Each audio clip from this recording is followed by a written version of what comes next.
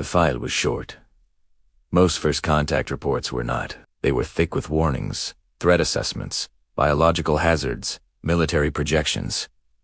But this one ended quickly. Species, human, origin, soul system, physiology, fragile, technology level, moderate, aggression index, low.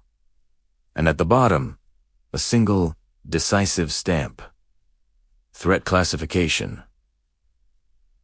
Harmless. It was applied without debate. And with that one word, the rest of the galaxy stopped paying attention. Humans arrived quietly. There were no grand war fleets, no audacious demands, no booming declarations of superiority. They simply asked for observer status.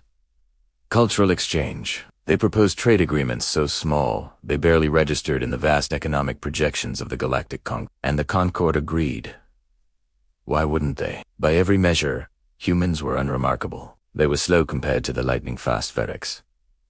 They were soft and vulnerable compared to the armored Koth. They were hopelessly divided, a cacophony of individual minds next to the perfect unity of the Synod collective. They had no natural weapons to speak of, no unified doctrine, no visible ambition whatsoever.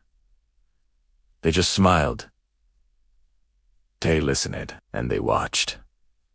The galaxy was built on a foundation of visible strength. Empires rose and fell on the tide of military force. Peace was a fragile thing, enforced by the ever-present threat of overwhelming retaliation. Every species understood this simple, brutal truth. Every species respected it. But humans didn't seem to challenge that belief. They were content to sit in the back of council chambers, asking careful, almost timid questions. They requested access to public data, trade flows, supply routes, cultural dependencies, information that was freely available but rarely considered important. No one thought much of it. After all, the file said harmless. The Karth Dominion certainly didn't fear them. They were a warrior race, their empire forged in conquest. So when they decided to invade the Lalaria, peaceful, ocean-dwelling species with no military, the Concord just watched in silence. Intervening would be inefficient. The galactic balance, Te Rezaned, would eventually correct itself. The Lalari begged for help. The Concord ran their calculations and remained silent. Humans, in a surprising but ultimately futile gesture, filed a formal objection. Then they requested humanitarian corridors. Denied. They asked for evacuation rights for the Lalari civilians. Denied again. And then, humanity stopped asking. There were no fiery speeches in the council, no public protests, no empty threats. They simply went back to their seats. They went back to watching. 3 cycles later, the Karth Dominion began to fracture. At first, it was dismissed as coincidence. A delayed supply shipment here. A suspiciously failed resource auction there. Little things. Little things. Then, their vast communication networks started experiencing unexplained incompatibilities. Their automated warrays, the pride of their military, began issuing conflicting commands, sowing chaos on the front lines. On the homeworlds, colonial governors started accusing one another of sabotage and corruption. Markets that had been stable for centuries collapsed overnight. Fuel shortages suddenly grounded fleets that had never known a day of scarcity. The invasion of the Liliri world didn't just stall. It completely unraveled. Within a single galactic year, the mighty Karth Dominion no longer existed. It wasn't conquered. It wasn't defeated in some glorious battle. It was just non-functional. It had ceased to be. Emergency sessions were called across the galaxy. Analysts worked without rest, sifting through mountains of data. Investigations spanned hundreds of systems, searching for the phantom enemy that had brought an empire to its knees. There was no sign of a direct attack. No evidence of any military engagement. Only one anomaly appeared, again and again, consistently in the data.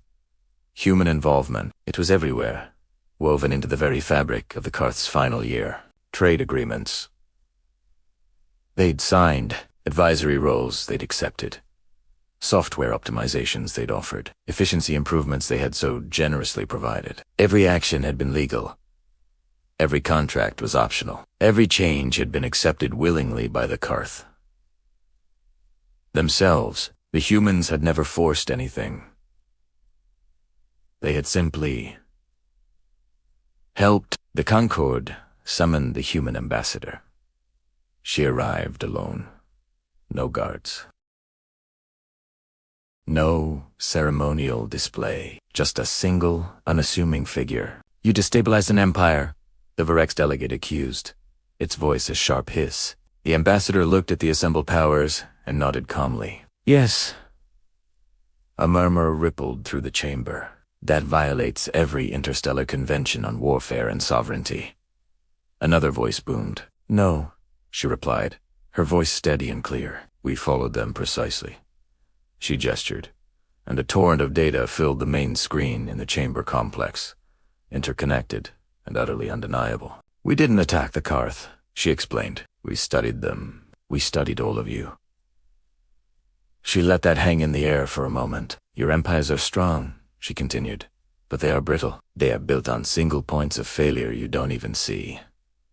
Humans evolved on a world where survival often required cooperation between strangers, a world where complex systems failed, and failed often. We learned early that strength alone doesn't sustain a civilization." She looked around the chamber, meeting the eyes of the most powerful beings in the galaxy. "Dependency does." The Concorde was utterly silent. "You labeled us harmless," she said, her voice softening slightly. "And in a way, you were right. We have no interest in conquering worlds. We don't seek domination." Her gaze hardened just a fraction. "We identify failure points. We correct broken systems." The truth dawned on them with horrifying clarity. The Karth Dominion hadn't fallen to an external enemy. It had fallen to itself. Humans had simply adjusted the incentives. They had subtly redirected trade routes. They had introduced new efficiencies that, while beneficial in the short term, removed all resilience from the system. They encouraged centralization of systems that had once been wisely independent. When the pressure finally came, nothing bent. Everything simply broke. A new classification was drafted that day. A silent, urgent update sent across every official channel. Species.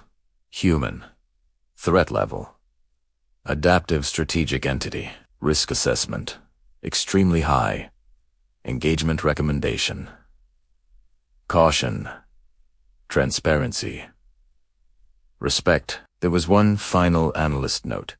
A memo never meant for public release that captured the terrifying new reality. It read, "Humans do not destroy civilizations out of malice.